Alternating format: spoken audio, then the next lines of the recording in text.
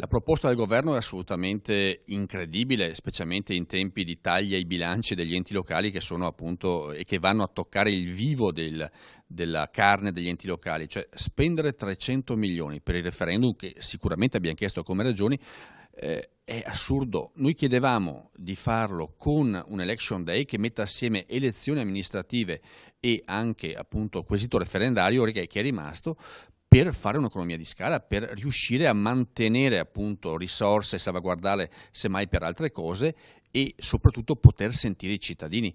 Questa scelta del governo è assolutamente strana, probabilmente vuol comprimere la campagna elettorale referendaria.